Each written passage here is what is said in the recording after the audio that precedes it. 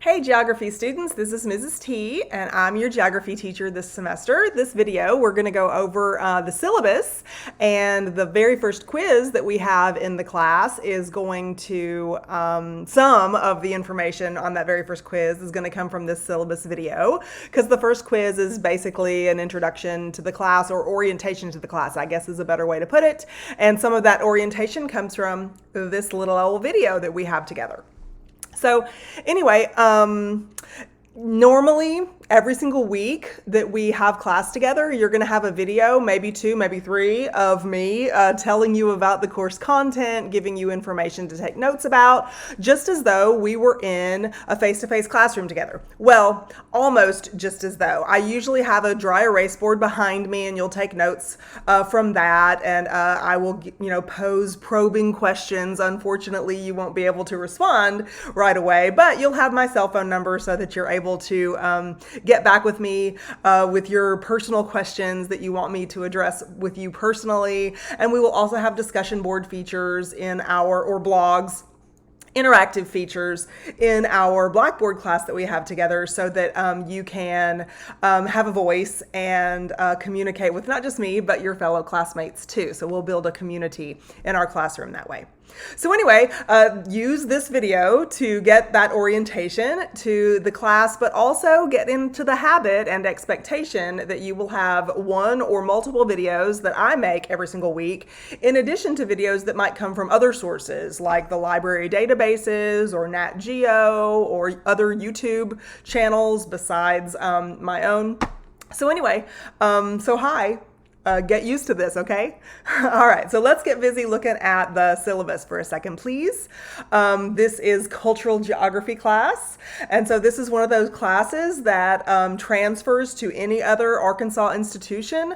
So it's an identical class to what you would take at Henderson State or Arkansas State or UALR or University of Fayetteville, those kinds of places. This class transfers there directly as equivalent to their cultural geography class that they have there. Okay? So on the syllabus, I'm going to skip over, well, not entirely skip over, I'm going to only briefly discuss the things that are on everybody's course syllabus, the policy kind of things, and the COVID measures that we're doing for classes in this day and age. And instead, I'm going to focus on just the stuff that's specific to you and me, and what we're going to be doing in cultural geography class. Okay, so first, at the top of the syllabus, you've got my contact information. I have an office on the Little Rock South campus, but I am not going to be in that office very often because all my classes this semester are online. And so my office hours, or student contact hours as I like to call them, see student hours right here, is anytime, day or night, because I'm available to you through cell phone.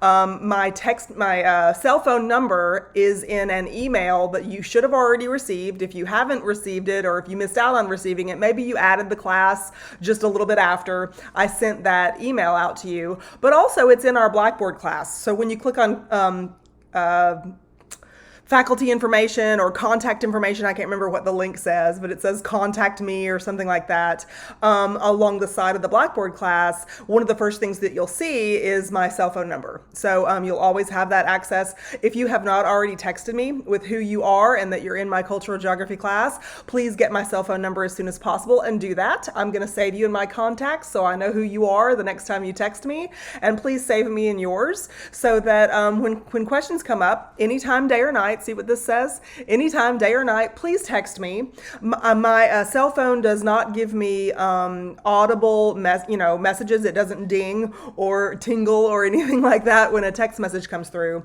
So anytime, day or night is perfectly fine with me, because I will sleep through it if it's at 3 a.m. But I will wake up at 5 a.m. and I will probably respond to that. So if you are not awake at 5 a.m. or don't want me to, then you should maybe put your cell phone on silent also, or or, text me at a different time of day than 2:47 in the morning or something like that. But 2:47 a.m. is fine because I'll get it as soon as I get it and respond to you. Okay. So we can always have a FaceTime or Skype conference if we ever need anything face to face. But we can text message anytime. Okay, so I'm available to you all the time. Emailing me is fine too. My email address is there. It'll be quicker if you text me though. All of my classes are online. Here's our course information. Let's see, what else do I need to tell you about this? Yes, any recent edition of our textbook is fine. Our textbook is called Human Geography. That's a more common name, or more modern, I guess I'll say, name for our cultural geography topic. Our class title is Cultural Geography, but the textbook is Human Geography, and it's actually an AP high school level textbook. So it's a really easy textbook to use. It's jam-packed full of so much information. We might not be able to cover everything, but what we're going to do mainly is go through the topics and concepts that you would need if you were a high school student to pass the AP exam to get credit for this class. You're going to be just doing them in real time and getting credit as we go. So any recent edition of our Human Geography textbook is fine with me. I've got an 11th edition and a 12th edition that I use myself. 10th edition should be fine. So any copy of the textbook that you want to get, you will need a textbook though. I will refer to page numbers. I will give you the page numbers from probably the 12th edition. So you'll have to find out, what the different page number is, or the different chapter entirely perhaps is in the edition that you have. But if you only go back to maybe the 10th edition of the textbook, it should be fine. And you can get that from anywhere. I think in the bookstore, the 11th edition, I think, is what the campus bookstore is selling. You can buy a used copy. You do not need any kind of online access code or anything. All the points that you're going to get is going to be through Blackboard, and I'm going to make it available to you without the need to go to any textbook website. Okay, so that's going to be how it'll work. Okay, let's see. Yeah, so that's all that you need for as far as course materials go. Of course, this is an online class, so I'm making some assumptions, like you've got an appropriate computer and you're not just trying to use your cell phone for this, because you will miss some of the features and some of the messages and things that I send to you through Blackboard if the only thing you're trying to do is take this class through your cell phone. I think handhelds like a Google Chrome or an iPad are a little bit better, but really a computer is what you need in order to be able to see all of the messages and all of the features of Blackboard and participate in all of the features of Blackboard the best. So you're going to need internet access. You're going to need a computer, most preferably, or at least access to a computer so that you can go to a library or go to campus or go someplace and use a computer when you need one. Let's see. Also, you're going to need YouTube. You don't have to have an account on YouTube, but the channel where I upload the videos that I make are on YouTube. I use a lot of supplemental videos, in other words, videos that other geographers or other sources that can be used in geography. Those are on YouTube, Nat Geo, the library's databases, that kind of stuff. So you do need good Wi-Fi or internet service, however you get that. And our college provides that to you on campus. And there's even a parking lot on the main campus where you can go and stay in the comfort and safety of your car and access that Wi-Fi. If you can make a schedule for yourself to go there each week to take advantage of that. Okay, so let's see. Let me skip down to the learning outcomes for this class, because I've already told you that we're going to cover all of the main points and go into them as deeply as possible. This is an introductory class, so we won't go too deeply in, but we're going to go in as deeply as possible into the topics that you or any high school student must cover in order to get college credit in cultural geography. Okay, so because this is a college level class and because we are part of the general education program, even though some of you might not be in the general education program, some of you might be culinary students or you're taking this as an elective for your business degree, this class is generally considered to be one of the kids under the mama called general education program. And so we use those learning outcomes for that program. And there are 3 specific ones that apply to this class. You're going to learn how to, if you don't already know, you're going to demonstrate that you can communicate effectively. That's one of them. We're going to be communicating not just through the text message that I mentioned to you, but to each other through discussion boards. You're going to be writing things for me to evaluate and submitting that to me. So there'll be a ton of interaction with me, but also some interaction with your classmates. And you're going to need to communicate in professional, effective ways and make sure that your reader or the person you are interacting with understands what geography concepts you are incorporating into your thought process. So you're going to have to be able to do that to successfully complete the class. And number 3 and number 4 are also biggies for our class because this is a sophomore in college level class. And you must, at this point in your life, grade 14 essentially is what this is, you must at this point in your educational career be able to analyze information and find out through educated processes, through research and investigation, through making conclusions. You have to be able to critically think, critically analyze things that we are covering. So what that means is not every theory, not every proposition that we discuss is going to hold water, so to speak. And you're going to have to be able to look at, if we, for instance, look at a theory on population from the 1700s, which we will, or the 1800s, which we will. That person might have been spot on way back when he or she thought of that information and proposed it.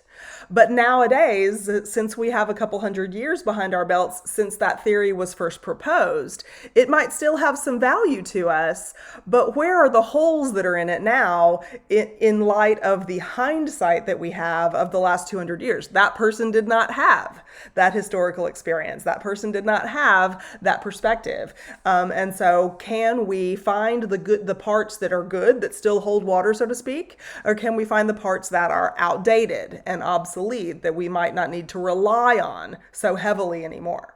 So you have to be able to analyze information like that with a critical eye. That's what criticism or constructive criticism is.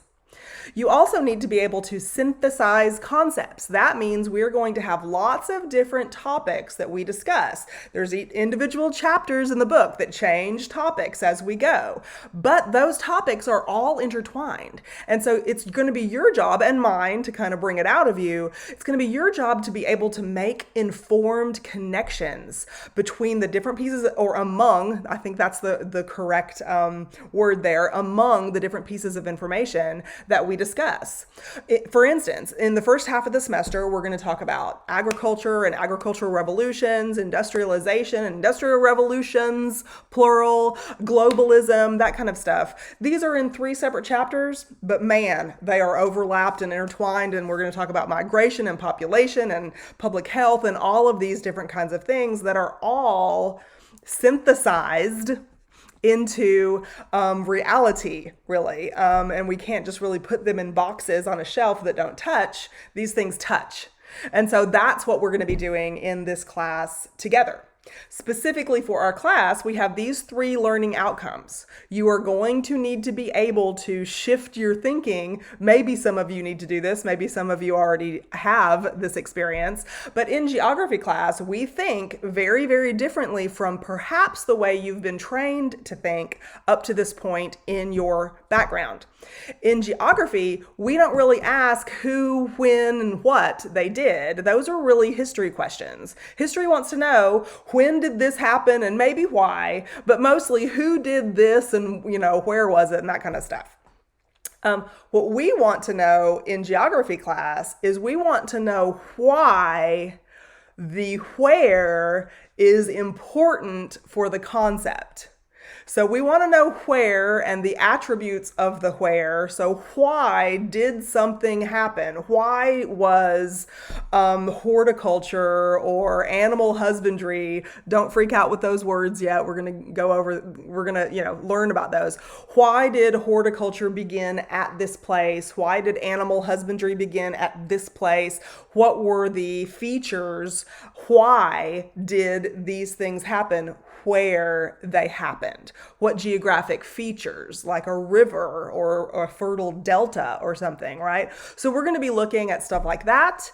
And in order to understand how societies evolve and how populations emerge and move and migrate from one place to the next, how do they use the resources in the area? What kind of vectors, motion, like a trajectory for something to move, what kind of health or disease vectors, something that has always been important to study in geography, but maybe perhaps particularly interesting right now since we're talking about since COVID is such a major component of our daily lives these days. We will look at how human development occurs, how social concepts like religion or economics affect populations and the movement patterns among populations.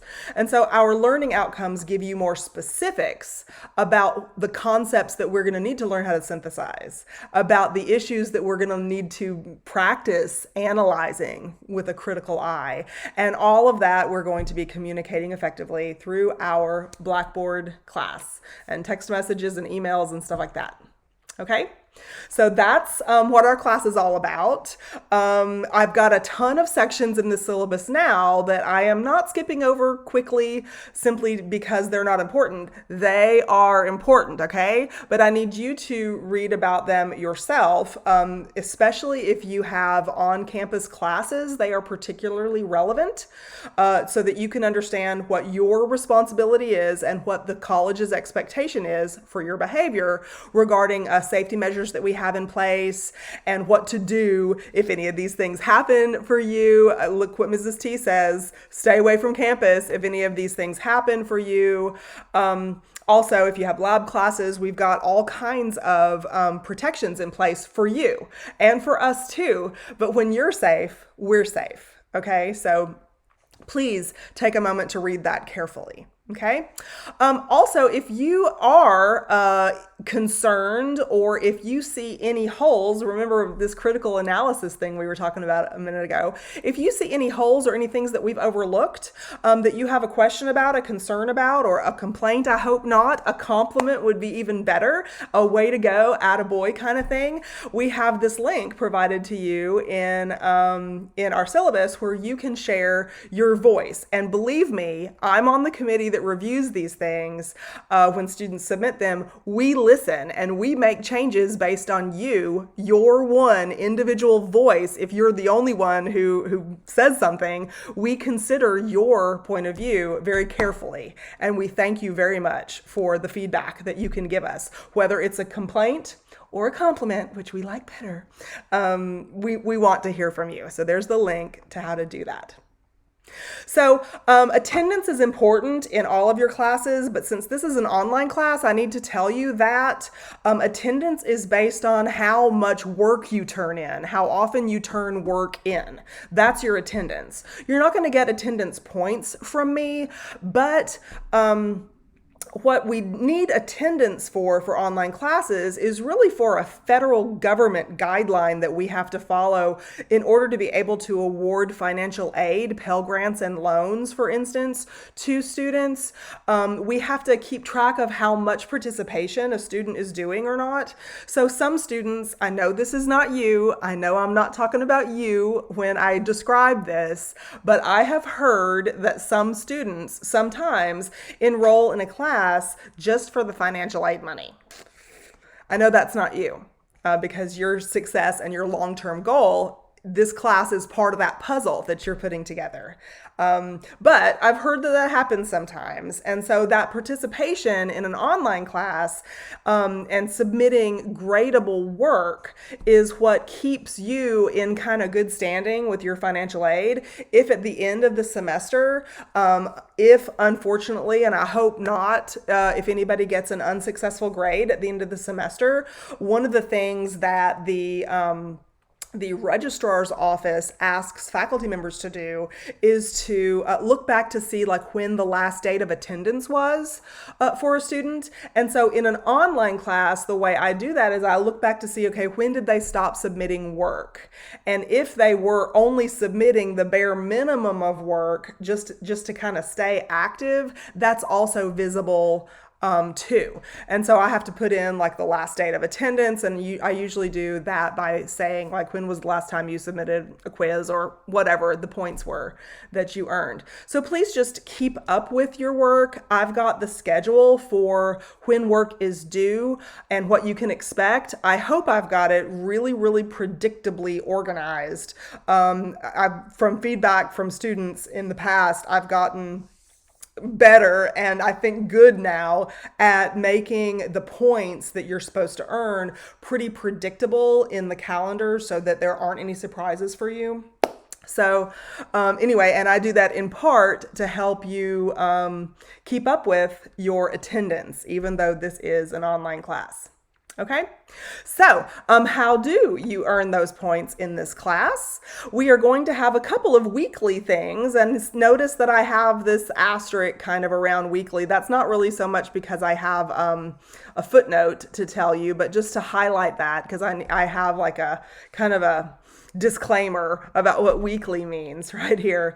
But we're going to have weekly folders in Blackboard that have a video or two like this in there, maybe another video that somebody else made. It's going to have a link to a journal tool. It's called a journal tool in Blackboard, where you are going to keep, you can think of it as like a geography diary. You're going to keep a weekly account, your reflection of what did we cover in that video? What was that other video about? What stuck out to me? What did I learn this week? What did what was reinforced? What did I already know that got reinforced by the information that we cover? What did I agree with, disagree with? Those kinds of things. You are going to journal about that, if I can use that as a verb. And I call it a weekly reaction paper. It's 10 points for each reaction paper that you do. But we have 15 weeks in the semester, so you don't have to do a reaction paper every single week. That's why these asterisks are there. That's why I've got kind of the disclaimer. If you miss a reaction paper, it's not going to hurt you necessarily if you do it early on and then continue and make sure that you do at least 10 reaction papers between now and the end of the semester. That's where you're going to get your points. I have a different video in this week's folder, in this orientation part of the class, that goes over the rules for how you complete the reaction paper successfully. And so I'm not going to spend more time on this right now, but you'll watch another video that has quiz answers on it that explains more about this weekly reaction paper thing and the rules you have to follow in order to get credit. So I know you're thinking, how long does it have to be in? What kind of format? I'm going to tell you all that in part 2 of the orientation video. Okay, so let's go on to the next one and just make sure that you look for that second video link. Okay, so just like the reaction papers, there are weekly chapter quizzes, and I've got that weekly thing highlighted there too for the same reason. We're going to have 15 quizzes, but I'm only going to count 10 grades in your grade calculations, 5 at midterm and 5 after midterm, or as many more as you get after midterm, okay? So, and that's how reaction papers are going to be, by the way. I think after week 7, that's when midterm grades, have to be calculated, and I'll use 5. I think you've had 7 opportunities. But anyway, so there'll be more about that in that second video, and more about the chapter quizzes. It says chapter quizzes, it's lesson quizzes. We have lessons by week, and there will be chapters that those lessons correspond to out of the textbook. And it'll be clear for you in each week's folder what chapter, what topics we're covering. You watch the video lecture, you take notes on the video lecture, and that's what the quiz questions come from. The reading, the lectures, or any other activity that I might have included for you during that particular week. Okay? There's also going to be 2 other ways to earn credit in this class. We're going to have 4 big discussion boards that go along with certain collections of topics. We're going to have our first big discussion board by maybe week 3 of class after we've gone through a couple of chapters. I'm going to ask you to comment and engage in conversation with your classmates. The requirements will be clearly delineated for you. There's a good college level word.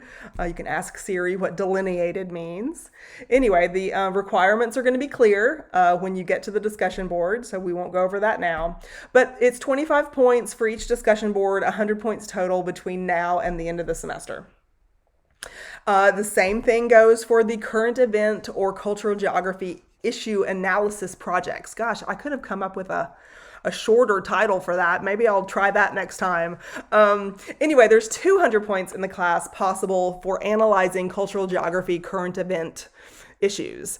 And these, again, will be as assignments in Blackboard. You will have clear instructions. There will be something for you to read or to watch or to evaluate.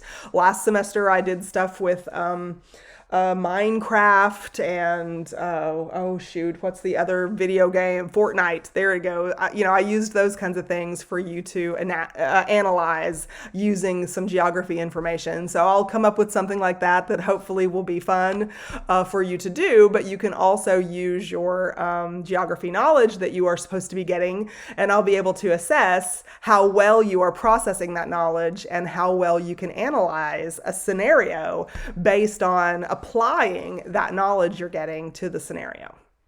And that'll be 200 points possible, but only 50 points at a time. So we're going to have 2 before two before midterm, and then 2 after midterm, okay? So that we have like half the points are available to earn before midterm and half the points are available to earn after midterm. So I've got it set up like that. Okay, is there extra credit?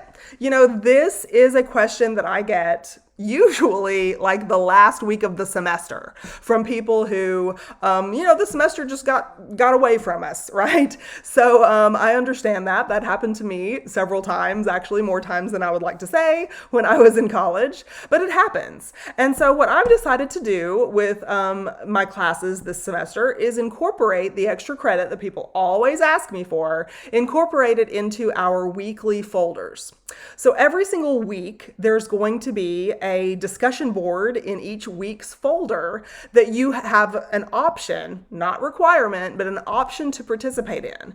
And essentially what those weekly discussion boards are going to be is suggestions and conversations, maybe outside sources that you can bring into geography class that give your classmates pointers for how your reaction paper looks or what you've written your reaction paper on. So like reaction paper suggestions, other maybe topic prompts that I post will be in there, but it's completely voluntary. You never have to participate in those discussion boards if you don't want to. But if you know that at the end of the semester, you're going to want a nice soft cushion to land on so that if you're right at the cusp, there's another good college level word for you to look up, cusp. So if you're right at the cusp between a C and a B or a B and an A or whatever your goal grade is, a D and a C, I hope that doesn't happen, right? Then I can go back and look to see, was this person an active participant in weekly discussions, or every other week do I see this person trying to reach out and trying to ask questions and that kind of thing?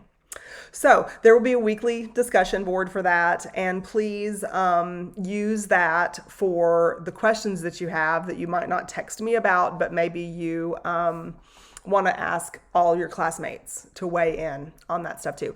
And there'll be some more instructions on how to use that when you see that discussion board link. Okay, so that's how you earn points in this class. You just keep up with it and pay attention and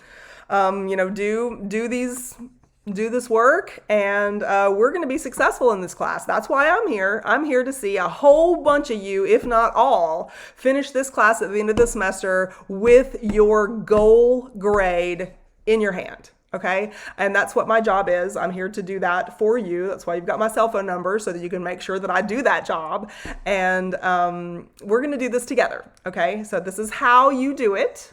You earn the grades, right? I'm here to assess what you've done and assign the level of achievement that you have earned.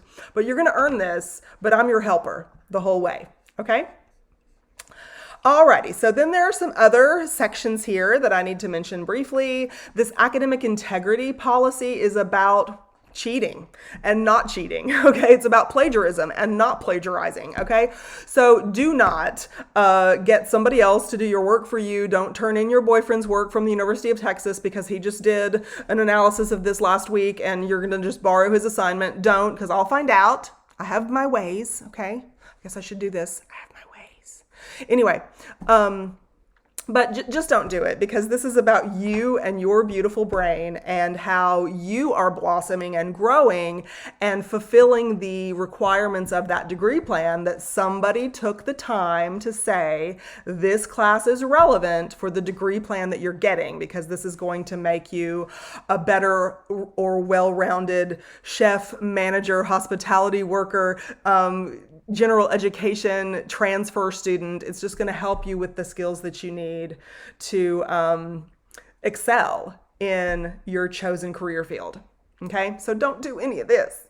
I don't like having those conversations with people, and I have had to have some of them, so don't make me do it. Okay. All right.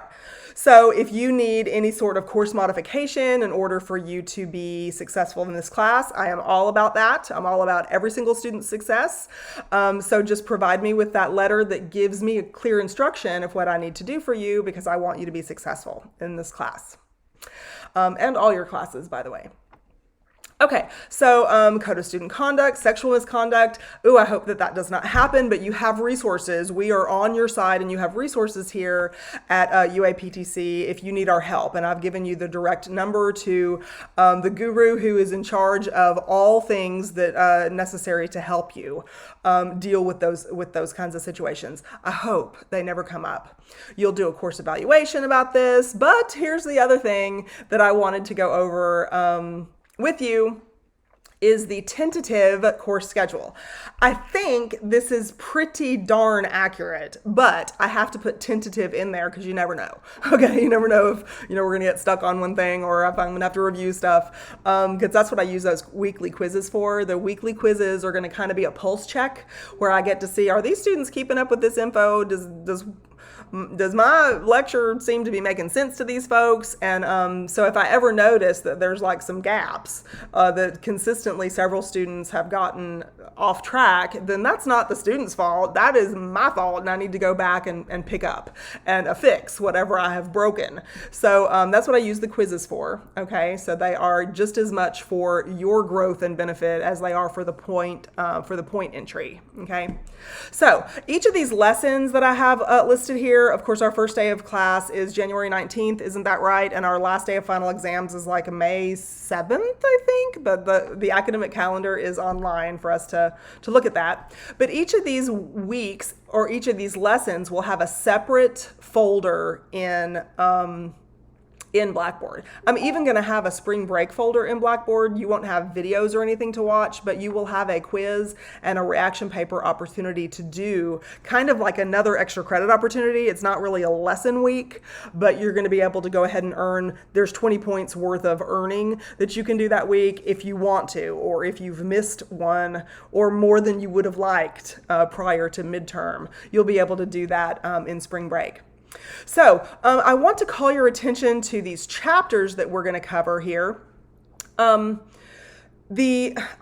reorganized this a little bit. If you have talked to my students from the past couple of semesters, I just wanted you to know that I've reorganized this a little bit to try to bring in, I guess, what you'd call macro scale topics from the end of the book into the discussion at the beginning of the book, because some of the introductory chapters that are just really conceptual, the synthesizing concepts that we talked about earlier, those concepts at the beginning of the chapter I think are really enhanced by the macro scale approach that the last chapters have in our textbook. So we're going to go, this is not a typo, we're going to jump from chapters 1 through 3 to 10 through 14, and we are making those chapters our primary topic of conversation from lesson 1 through lesson 7, because that's when midterm is, okay? So lesson 8, or week 8, lesson 8, that's when midterm grades are going to be posted, and that should be our time, our target time to transition from these chapters that we're going to talk about in conjunction with each other. I will tell you in the video lectures, this information comes from chapter 3 and this information comes from chapter 12, and we're going to synthesize these and talk about them in conjunction with each other in this lecture. I'll do stuff like that so that you can keep up with where things are in the textbook. But anyway, at midterm, we're going to transition to those other chapters that I skipped over in here, and it'll be chapters 4 through 9. And those topics really have come about in the human experience because of the topics and the forces, so to speak, that we're going to be talking about in chapters 1 through 3 and 10 through 14. So in other words, that's why I've redesigned this class especially for you, so that hopefully you have an easier pathway towards synthesizing all this information and looking at first world, second world, third world problems or issues, or human development issues, like, to use a buzzword from one of our student learning outcomes. Hopefully your critical analysis and synthesis of those concepts will be easier to do by the way I've redesigned this class for you. Okay, so I hope I didn't skip over any major typos. I didn't see any while I was going over this, but if you find any, let me know. I want to fix this for you. But this is the syllabus like you're going to see it in Blackboard, and this is what you're going to abide by if you choose, after watching this video, after listening to the expectations that I have for you and how you're going to achieve your success in this class. If you still want to stay in this class after the drop and add period, by default, whether you have watched this video or not, you're going to accept all the terms of this syllabus. I've got it in the fine print down here. Okay, so if you stay in class after the drop and add time, you're stuck with me, folks, and you're stuck with this syllabus, okay? You're not going to print off any course agreement form like you might do for other classes, because our course agreement form, so to speak, is the quiz 1. So quiz 1 is going to have a different due date than every other predictable due date for every other quiz in class, because I'm going to make sure and schedule it at a time where I wait until the end of the drop and add period, because I might get new students. Some of you might be brand new. It might be 5 days into the semester when you're watching this, but you're brand new to the class. So you haven't missed anything. I'm gonna, give you that leeway for that quiz 1, and every other quiz will have a very predictable time for you to program in on your phone and give yourself a day or two notice that it's available in Blackboard so you can go in and complete it without crunch time, right? Because I know none of you procrastinate. Is that another college level word that you need to ask Siri what it means? What does procrastination mean? Anyway, none of you do that. I do. Let me just confess. I'll try not to with you this semester, but I have a problem with that. We need a procrastination support group for some of us. Okay, so I think that's everything I need to go over with you. If you have any questions, get my cell phone number, text me please. This is going to be a great semester. This is going to be a great year. 2021 is our year, folks, and this is the way that you're going to set your path to be successful, and I'm so happy that you let me be a part of it.